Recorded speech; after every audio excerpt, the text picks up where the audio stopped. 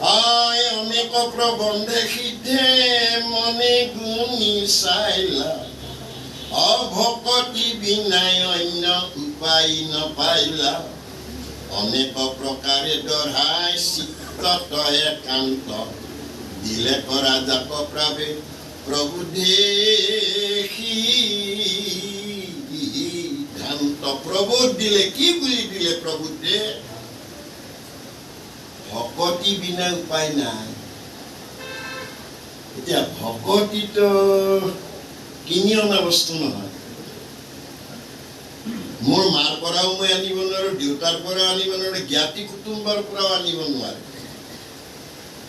একেবাৰে হাড় ওলোৱা গৰুটোৰ গাখীৰৰ পৰা মই যদি তাক গৰম কৰি দিওঁ, চামনি ওলাব, সেই চামনিটো যদি ভাজি দিওঁ, ঘি ওলাব, সেই ঘি যদি গৰুক খুৱাই দিওঁ, গৰুটোৰ চেহেৰাটো ভাল হ'ব।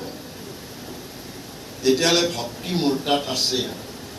ভকতি সম্পৰ্কে তৃতীয় স্কন্ধত কপিল প্ৰভুৱে মাতৃ দেৱহূতিক ক'লে, আনৰ অন্যায়ৰ কাৰণে যদি ভকতি কৰা এইটো কিন্তু তামসিক। বোলে বাছা মোক এনে ভকতি নালাগে, বোলে একেবাৰে সহজটো দিম নেকি? বাছা সহজ দে, মই অবলা নাৰী, মাতৃ হিচাপে দয়া আছে যদি সেইটো কম। কাঠৰ শিলৰ মাটিৰ বনাই লৈ যশং দেহি ধনং দেহি বিদ্যাং দেহি এইটো কৰিলে সোনকালে হ'ব, হয় নেকি? বাছা সেইটো মাতে নে নামাতে? সেইটো ক'ত মাতিব আৰু? এইটো আৰু কি তেতিয়াহ'লে? এইটো ৰাজসিক। এই প্ৰজাবৰ্গক জ্ঞানৰ পথলৈ আনিবলৈ ৰজাই দিছিলে এইটো। বাছা মোক এইটো নালাগে, ইয়াতকৈ ভাল নাই নে? বোলে আছে এটা ভাল। বোলে কি কোনটো? বোলে এইটো সাত্বিক। বাছা মোক সাত্বিকটো দে, তেতিয়াহ'লে ভালটোকে দে। ভালটো পাব লাগিলে চকুৰ সাধনা লাগিব। আমাৰ এই বিৰাট দেহটোত গোটেই বেইমানি কৰি আছে চকু দুটাই।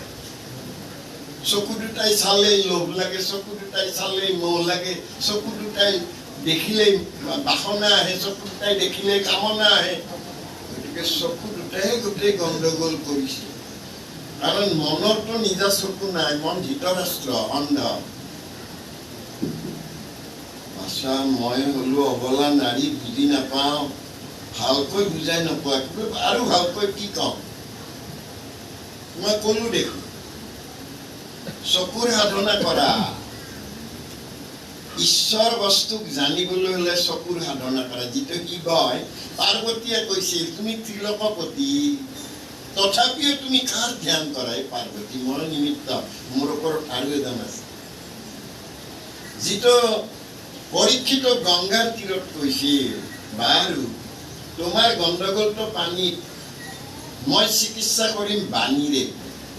কিন্তু বাণীৰে চিকিৎসা কৰিব লাগিলে তুমি একান্ত মনে শুনি ল'ব লাগিব। বোলে শুনি বহিছানে তুমি? হয় বহিছো। ক'ত বহিছা? বোলে গংগাৰ তীৰত। কেনেকৈ বহিছা? বোলে চকু মেলি বহিছো। নাই নাই, চকু তুমি মেলি বহিব নোৱাৰা। বোলে কিয়? বোলে গংগাত কুম্ভীৰ মগৰে জাপ দিলে চকু দুটা যাব নহয়। চকু গ'লে মন যাব, মন গ'লে মোৰ কথাবিলাক অথলে যাব। তেতিয়াহ'লে মই চকু মুদি শুনিম। এই চকু মুদি নুশুনিবা, চকু মুদি শুনিলে দেখো তুমি নিদ্ৰাৰ কোণাত যাবা। কেনেকৈ শুনিম তেতিয়াহ'লে? বোলে অৰ্ধ নিমিলিত পোহৰে কৃপালু গুৰু শংকৰদেৱে সেইটো আমাক ভজনত দিলে।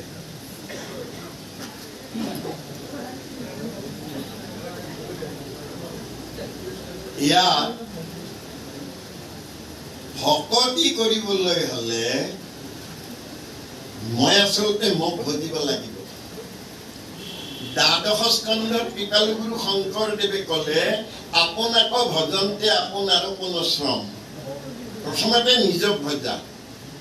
এই নেদেখাজনক ভজি তুমি কেনেকৈ পাবা? প্ৰথমতে নিজক ভজা। চকুৰে মই বেয়া নাচাওঁ, কাণেৰে বেয়া নুশুনো, জিভাৰে বেয়া কথা নকওঁ, হাতেৰে বেয়া কৰ্ম নকৰোঁ, হৃদয়েৰে বেয়া চিন্তা নানো, চৰণৰে মই বেয়া ঠাইলৈ নাযাওঁ। ভগৱন্তই কৈছে তুমি অমৃত পুত্ৰ, তুমি মোৰেই সন্তান।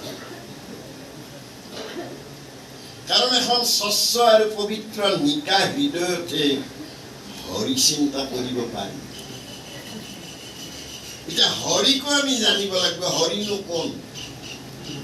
যি সময়ত ৰজাবিলাকে প্ৰজা ধৰ্মৰ লাইনত আনিবৰ কাৰণে ব্ৰাহ্মণক দায়িত্ব দিওঁতে ব্ৰাহ্মণজনে তেওঁলোকক কৈছিল সৰ্বশেষত কৃষ্ণ বুলি হৰি বল, হৰি বল, হৰি বল। ৰাইজেও কৈছিল হৰি বল। চিন্তা হৈছিল মই বুলিব দিলো, মোকো বুলিব দিলো। কৃপালু গুৰু শংকৰদেৱে চিন্তা কৰিছিল ধৰ্মৰ ভিতৰলৈ সোমোৱাই নাই, আৰম্ভতেই গণ্ডগোল লাগি আছে। মই গীতাৰ পৰা এশৰণটো আনিছো, মই গীতাখন দ্বিতীয়বাৰ আকৌ পঢ়িম। গুৰুজনে দ্বিতীয়বাৰ পঢ়ি তাত পালে মই অক্ষৰ ব্ৰহ্মৰ ও মানে প্ৰণৱ, প্ৰণৱ মানে নিৰাকাৰ নিৰঞ্জন হৰি। আচলতে ওটোৱে হৰি, সেইকাৰণে আমাক আনি কলে হৰি। ওটোৱে কলে মোৰ তাত তিনিটা বস্তু লুকাই আছে, ও যোগ হস্যৌ যোগ ম সমান ওম। ও শতগুণ, উ ৰজগুণ, ম তমগুণ। এতিয়া আপোনাক গুণ বুলি কলে কেনেকৈ বুজি পাব? গুণ বুজাবৰ কাৰণে আমাক চৰিত্ৰ দিলে। শতগুণে বিষ্ণুৰ চৰিত্ৰ দিলে, ৰজগুণে ব্ৰহ্মাৰ চৰিত্ৰ দিলে, তমগুণে শিৱৰ চৰিত্ৰ দিলে। আমাৰ সাধাৰণ এই শিৱ মন্দিৰলৈ ভাং খাই থলক বলকে আহাজন ক'ত গৈছিল বোলে শিৱ কোন শিৱ সুধি থকা যত জীৱ তত শিৱ। তেতিয়াহ'লে এইবিলাক শিৱই আহিছে। আৰু শিৱবিলাকৰ ভিতৰত জীৱ আছে। কীৰ্তনত গুৰুজনাই কৌশল কৰি কলে বিষ্ণু আৰু শিৱৰ ভেদ নকৰিবা।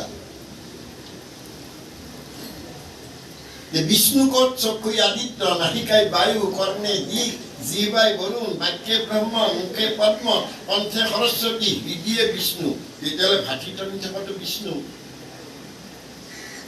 এই বিষ্ণুৱে মাতৃগৰ্ভৰ পৰা যেতিয়া পিতৃৰ ক্ষীৰৰ পৰা আহি মাতৃগৰ্ভত স্থিতি লাভ কৰে, তেতিয়া এই পঞ্চভূতি দেহটো ক্ষিতি অপ তেজ মৰুদ্গম, এইটো আচলতে জীৱক ৰক্ষা কৰি থকা সজাটো। সেইকাৰণে কৈছে হৰি হৰে নাই ভেদ, তেন্তে কিয় ভেদা ভেদ? হৰি আৰু হৰৰ ভেদ নাই। আজি ইয়ালৈ আহোঁতে গৃহস্থই হৰিক দেখা নাই, হৰক দেখিছে। এই অমুক আহিছে, এই মুখখন হৰৰ ছবিটো আছে, আই আহিছে, এই বাপ আহিছে, ভিতৰততো কোনেও দেখা নাই। কিন্তু হৰি যিদিনা ওলাই যাব সকলোৱে কৈ দিব বোলে ঘৰত নাৰাখিবি, ঘৰটো চোৱা যায়। কিন্তু হৰৰে অৱস্থা, লংকাই কৰি থাকে। তাৰপিছত কৈছে বোলে না ল'ৰা আহি আছে গুৱাহাটীৰ পৰা, ভালেখিনি পাইছে, পালেও নহব, থকাকে কাৰণে আৰু বেয়া। চোতাল উলিয়াই দিওঁতে জ্ঞাতি কুটুম্ব কৈছে বতৰ বেয়া দে, কিন্তু তাড়াতাড়ি কৰ। মেডিকেলত হলে তেওঁলোকে নাকেদি তোলা ভৰাই দিছে, মুখতো তোলা দিছে, বেয়া বস্তু এইটো লৈ যায়। বেয়াৰ মাজত এই কুৰূপ, এইখন কুৰুক্ষেত্ৰত এই পোহৰটো আছে। আমি পোহৰৰ লগত চিনাকি, পোহৰৰ লগত চিনাকি হলে মায়াই একো কৰিব নোৱাৰে। গতিকে ইয়াত সেইকাৰণে আমি কলে যে ভকতি বিনাই আৰু অন্য উপায় নাই।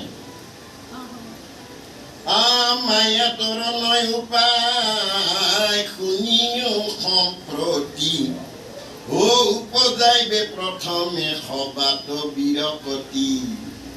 দেখি শুনি মানেইতো জগত যতে, মায়াৰ ৰচনা জানা সম্যকে তাত।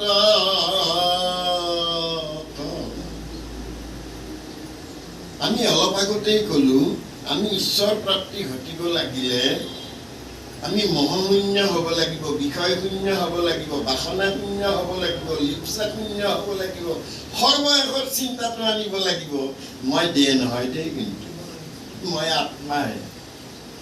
আত্মাৰ লক্ষ্য হ'ল পৰমাত্মা। জীৱ আত্মা পৰমাত্মা দুয়ো ককাই ভাই, হিয়া মাজে সোমাই আছে, চিনা চিনি নাই। চিনা চিনি হ'ব লাগিলে চিনাকি কৰোতাজনক মই চিনি পাব লাগিব। এই চিনাকি কৰোতাজন দেউতাজন কৃপালু গুৰু শংকৰদেৱ। যিয়ে অহৰে নিখিচাৰি বেদ বিচাৰি হৰিনাম কৰত বেকত। গতিকে মোৰ আসক্তি যেতিয়া যাব তেতিয়াহে বিৰক্তি আহিব। কিন্তু দেহটো আসক্তিৰ ভাণ্ডৰ, ই খেদালেও যাব। যেনেকৈ এই ঘৰটো বনোৱাৰ লগে লগে আপুনি নিমন্ত্ৰণ নকৰে, আজি আপোনাক নিমন্ত্ৰণ কৰি মাতিছে, দুই এজনে হয়তো হৰি কথা শুনিবৰ কাৰণে নিমন্ত্ৰণ নাপায়ো আহিব পাৰে, কিন্তু এই ঘৰটোৰ চাপ দিয়াৰ লগে লগে কিছুমান নিমন্ত্ৰণ কিয় দাবীদাৰ হৈ আহি গৈছে। পঁইতা চৰাই বোলে মই যাম, জেঠি কেইটালে বোলে মই যাম, মকৰা কেইটাই বোলে আমি যাম, তাৰ ঘৰ নেকি আমাৰো ঘৰ। এই ঘৰটোত যেনেকৈ আহিছে আমাৰ তাতো এই ঘৰটোত আহিছে। আহেই ইহঁতকতো আপুনি সদায় মকৰাৰ জাল ভাঙি দিলে পিছদিনাখন আকৌ হৈছে। পঁইতা চৰাই আপুনি ঔষধ আনি দিলে দুটা মৰিল, বাকীকেইটা আৰু থাকিব। তেতিয়াহ'লে ইহঁতক থাকিব। গুৰুজনাই এইকেইটা কামক ৰোধক কামুৰি খাই বুলি কৈছিল। এই কামুৰি খোৱা কেইটাক কিন্তু উলিয়াই দিয়া যায় বুলি কোৱা নাই। উলিয়াই দিব নোৱাৰি, শান্ত কৰিব লাগিব। শান্ত কিহেদি হ'ব? খোৱাটোৰ ওপৰত কথা আহিব, তাৰ ক্ৰিয়াটো হ'ব নহয়, খাদ্যৰ ওপৰত ক্ৰিয়াটো হ'ব। আমি যেনেকৈ মাতৃগৰ্ভত স্থিতি লাভ কৰি এই দেহটো পালো, আজি ভাগৱতলৈ আহোঁতে আপোনালোকে প্ৰথমতে স্থিতি লৈছে। আপোনালোকে আহোঁতে সত ৰজ তম তিনি গুণে দিয়ে আপোনালোকৰ নমলা মুখ পাওঁতে আপোনাক আহক আহক কৰোঁতে ইহঁত কেইটাই ৰজগুণ আৰু তমগুণ বা আমাকতো হেৰি কৰা নাই, আৰু শতগুণে কৈছে মনে মনে কথা বুলি কওঁতে সিহঁতে লিপিত খাই আছে। এই আদেৰি কাটা চুই দিলে যেনেকৈ মুজি যায়, ৰজগুণ আৰু তমগুণে হ'ব আৰু শতগুণে কিন্তু নিৰ্ভয়ভাৱে আহিছে। শতগুণেদি আহি ইয়াত বহুতে আপোনালোকে সেৱা লৈ পেলাই বহিছে। ইয়াত কিন্তু ভাগৱত চলি যেতিয়া আছে নিৰ্গুণ, শত কিন্তু গুণ, স্থিতি কিন্তু নিৰ্গুণ হ'ব লাগে। তাৰমানে নিৰ্গুণত স্থিতি, নিৰ্গুণত ৰতি, নিৰ্গুণত মতি, নিৰ্গুণত গতি, নিৰ্গুণত স্থিতি যদি নিৰ্গুণ হৈছে প্ৰাপ্তি হ'ব। আৰু স্থিতি যদি নিৰ্গুণ হোৱা নাই তেতিয়াহ'লে গণ্ডগোল। কাষৰ জানক কৈ থাকিব নহয়, বেলেগ কিয়নো কথা কৈ থাকে, বেলেগ কথা কৈছে। তেতিয়াহ'লে স্থিতি, পিতৃৰ শিৰৰ বিন্দুটো যদি মাতৃগৰ্ভত স্থিতি লাভ কৰিছে আমি সন্তান পাম, আৰু স্থিতি লাভ যদি কৰা নাই আমি সন্তান নাপাওঁ। ভগৱন্ততো আমাৰ স্থিতিটো হ'ল নে নাই? গৰুটোৱে ৰাতিপুৱাই গৈ পেলাই ঘাঁহ খাই থাকে, গধূলিলৈ অহাত কিন্তু বাপেকে বা মাকে কয়, বপাই ঐ গৰু বঢ়িয়া চাৰ পাইছে, দানাও অকণমান খোৱাবি। ই খাই লৈ শুই লৈ সেই ৰাতিপুৱাৰ পৰা খোৱা ঘাঁহখিনি পাগুলিয়াব আৰম্ভ। আমি কিমানজন ভকতে কিমান শুনিলো গোটেই জীৱন ভাগৱত, পাগুলিয়াই নে? ইয়াৰ পৰা ওলাই যাওঁতে বাটত গ'লে দিনটো গ'লে কালিও মোৰ গৈছে এবাৰো নক'লে যে মায়া তৰণৰ উপায়টো ইয়াৰ পিছৰখিনি কিন্তু শুনিব লাগিব, সেই কথাটো আলোচনা কৰা নাই। গতিকে আমি নাপাগুলিয়াম। আমাৰ পিৰিয়ে পিৰিয়ে ভাগৱত চলিয়ে আছে। কৃপালু গুৰু শংকৰদেৱে দি থৈ যোৱাৰ ৫৫০ বছৰ পিছতো আমি ৪ ভাগৰ এক অংশ মানুহে ভাগৱতৰ ওচৰলৈ আহিছো। তাৰেও গণ্ডগোল থকাও আছো, হয় বুলি কৈছো বোলে। মই কেতিয়াবা আমাৰ দেউতাহঁতৰ দিনৰ পৰা আমি শৰণ লৈছোৱে, বোলে বাপৰ আছে নাই? আমাৰ কইনাৰ আছে। তেওঁ নিজত থকা বুলি ক'ব নোৱাৰিলো, তেওঁৰ আইগৰাকীলৈ দেখুৱাই দিলো, বোলে তেওঁৰ আছে। মই আৰু বেপাৰী মানুহতো আৰু ৰাতিপুৱাতে ওলাই যাওঁ, তেওঁৰ আছে। আপুনি আইক কৈ পেলাই সুধিলে বোলে আইটো আপোনাৰে আছে। আছে মানে আৰু কৃষ্ণ বুলিয়ে চলি আছো, বাৰটো আমাৰ মনত নাই। এদিনে শুনিছো, বহুত দূৰত আছো। গণ্ডগোল এইটো। আমি আচলতে এনে কাম কৰিব লাগে, প্ৰতিখন প্ৰাথমিকতে বহাই লৈ সেইদিনা পুৰুষখিনিৰে আজি শৰণ দিবই লাগিব। দিয়া নাই যদি আপোনাক মই বিদায় দিম। আইসকলে আইসকলৰটো এজনে জানে, সেইজনে বহাই লৈছে। হৰণ যেতিয়া কমপ্লিট হৈছে ভজনীয়াখিনিক বহাই পাওঁ। আমি এই কামবিলাক নকৰোঁ, আমাৰ শৰণ লোৱাটোৱে আমাৰ বিল। আমি বহু মানুহকে আমাৰ তাত ইয়াত নহ'ব পাৰে, আমাৰ তাত বেছিকৈ কৰ্মকাণ্ডী কামেই চলে, গতিকে তাত বহুতেই কয় কিয় আমিতো জিলাৰ অধিৱেশনত পইচা দিছোঁ, নৱীকৰণৰ ঠিকে দি আছোঁ, আৰু মূলৰ অধিৱেশন এখনো এখন সেইমানেই ভকত নেকি? গতিকে আমি মায়া তৰিব সেইকাৰণে নোৱাৰোঁ। ইয়াত সেইকাৰণে উপায় দি পেলাই কৈছে যে তুমি বীৰপতি আনা, তুমি নাটকৰ এটি ভাৱৰীয়া। আমি এদিন আইৰ কোলাত শিশু হৈ আহিলোঁ, এদিন কৈশোৰ হ'লোঁ, এদিন বাল্য হ'লোঁ, এদিন চাই থাকোঁতে যৌৱন প্ৰাপ্ত হ'লোঁ, যৌৱন এদিন আমাৰ দেহৰ পৰা আঁতৰি গ'ল। ক'ব নোৱাৰাকৈ আমাৰ বাৰ্ধক্যই সাৱটি ধৰিলে, কেশ পকিল, দাঁত সৰিল, চকু ধুলু ধুলু হ'ল, খোজবিলাক থৰক বৰক হ'ল, তেল পিছলা দেহটো সতৰা সতৰি হ'ল, মোৰ যাবৰ হ'ল, কিন্তু কি লৈ যাম? বোলে কি ধন বেহালি হাত, অ' মন বেপাৰী কি ধন বেহালি হাত, বৈকুণ্ঠত যাবলৈ সাধুৰ সংগ নললি, চিনিও নললি বাট। তেতিয়াহ'লে বাট চিনিব লাগিলে সাধু সংগ লগ। এইটো মহাপুৰুষ মাধৱদেৱে ক'লে সাধু সংগ অনুসৰা, শ্ৰৱণ কীৰ্তন কৰা, পৰিহৰা পাখণ্ড আচাৰ। সাধুৰ সংগ গ'লে তুমি কোনজনক চিনি পাবা? যিটো ব্ৰহ্মাই চিনি পাইছিল। তৃতীয় স্কন্ধ ভাগৱতত আপোনাৰ প্ৰাৰ্থনা কৰোঁতে তেওঁ কৈছিল, হে ভগৱন্ত একান্ত ভকত সমস্তৰে পুৰি মন, ইটো চিদানন্দ ৰূপক প্ৰকাশ কৰি আছা নাৰায়ণ। চিত্তই চিত্তই আনন্দ দিয়তাকে ভগৱান, তেওঁৱেই একান্ত ভকত। তেওঁ যোৱা বাটেদিহে আমি খোজ দিছোঁ। আমি ভকত হোৱা বুলি কোৱাটো দুখৰ বিষয়। আমি ভকত যোৱা বাটেদি খোজ লৈছোঁ। এই জন্মত মই ভকত হওঁ নে নহওঁ নাজানো, কিন্তু আমাক কৈছে চৰৈৱতী, এই বাটেদি তুমি গৈ থাকা, গৈ থাকা, কাৰণ আজিৰ দিনটোৰ উপাৰ্জন অহাকালিৰ দিনটোৰ মূলধন। আজিয়ে যদি তোমাৰ নাই, অহাকালিও নাই। আজিৰ দিনটোৰ উপাৰ্জনটো মূলধনটো তোমাৰ আছে নেকি? আমাৰ আজিৰ দিনটোৰ মূলধনটো আমাক নালাগে, আমি বঢ়িয়া লাগিব। বহুত সময় বহাৰ পিছত আমি যাওঁতে এটা কথাই কম, খানা ভাল হৈছে, আৰু যদি অলপ কিবা কৈছে তেতিয়াহ'লে কৈছে খানাটো প্ৰণালী কৰিছে, সেইখিনি কৰিব কৈছে। আমিও বহুত সময় বহিলোঁ, মই ৰাতিপুৱাতে আহিছোঁ। তেতিয়াহ'লে আমি বিচাৰোঁ আজি 550 বছৰ হৈ যোৱাৰ পিছত আচলতে মহাপ্ৰসাদটো আমাক উঠাই দিব লাগে। আমি কিমান ডাঙৰ ভকত হৈছোঁ তেতিয়াহে ওলাই যাওঁ। গুৰুজনাই কৈছে মানুহখিনিক আনিব লাগে, এটা সুখাদ্য খাওক, তেওঁলোকৰ স্বাস্থ্য পাতি হওক। গুৰুজনাই এই চিন্তাৰে কৰিছিল, কিন্তু আমি সেইটো নুবুজিলোঁ। ভাৰতবৰ্ষৰ ক'তো নাই প্ৰসাদ। আপোনাক কিবা চাগু দানা দিলে, কিবা দিলে, কিবা দিলে, এনেকুৱা বৈজ্ঞানিক চিন্তাধাৰাটো ক'তো কৰা নাই। আমাৰ সেইটোৰ ওপৰতে চকুটো পৰিব।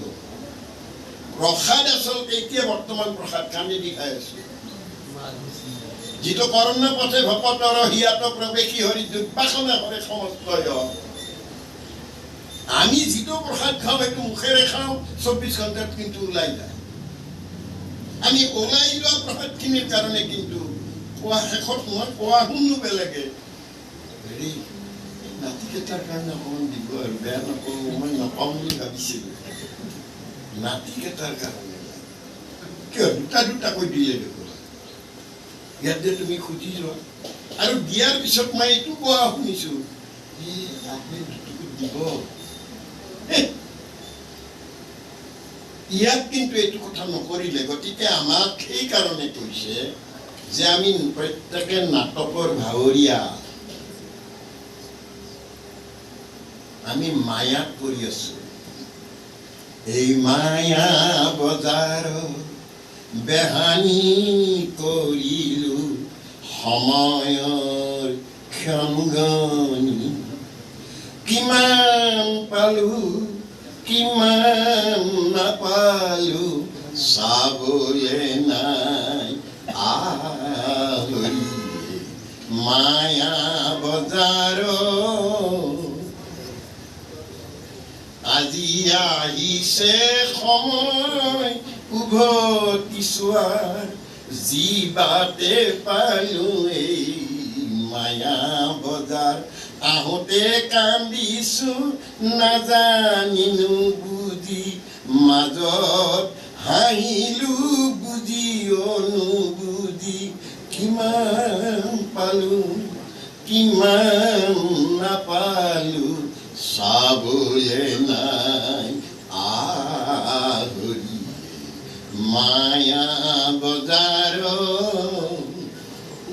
আজি অহা বাটে মোক মাতিছে বাউল সন্ধ্যা লাগিছে জীৱন পদূলিত অহা বাটে মোক মাতিছে বাউল সন্ধ্যা লাগিছে জীৱন পদূলিত জীৱন চাকিটিৰ তেল দেখোঁ মায়াৰ বান্ধোনৰ ইনানি বিনানি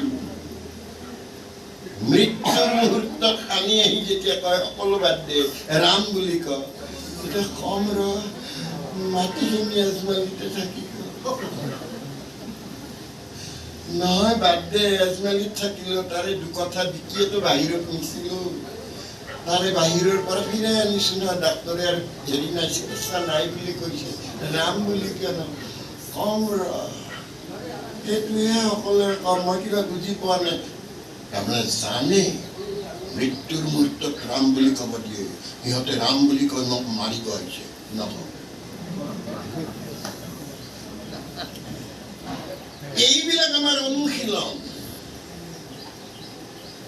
এই অনুশীলনবিলাক কৰিবৰ কাৰণে কৃপালুগুৰু শংকৰদেৱে আমাক গৃহে গৃহে নামঘৰ দিলে সেইকাৰণে তেওঁ ক'লে গৃহতে থাকি সন্যাসী হোৱা বোলে বিদুৰ তীৰ্থত কিয় ঘূৰি ফুৰা হৃদয়তে হৰি আছে তাক নুশুমৰা হৃদয়ত থকা হৰিজনক পাবলৈ গৃহত নামঘৰ কৰি লোৱা তুমি সন্যাসী হোৱা গৃহত থাকি তেতিয়াহ'লে গৃহখন গৃহাশ্ৰম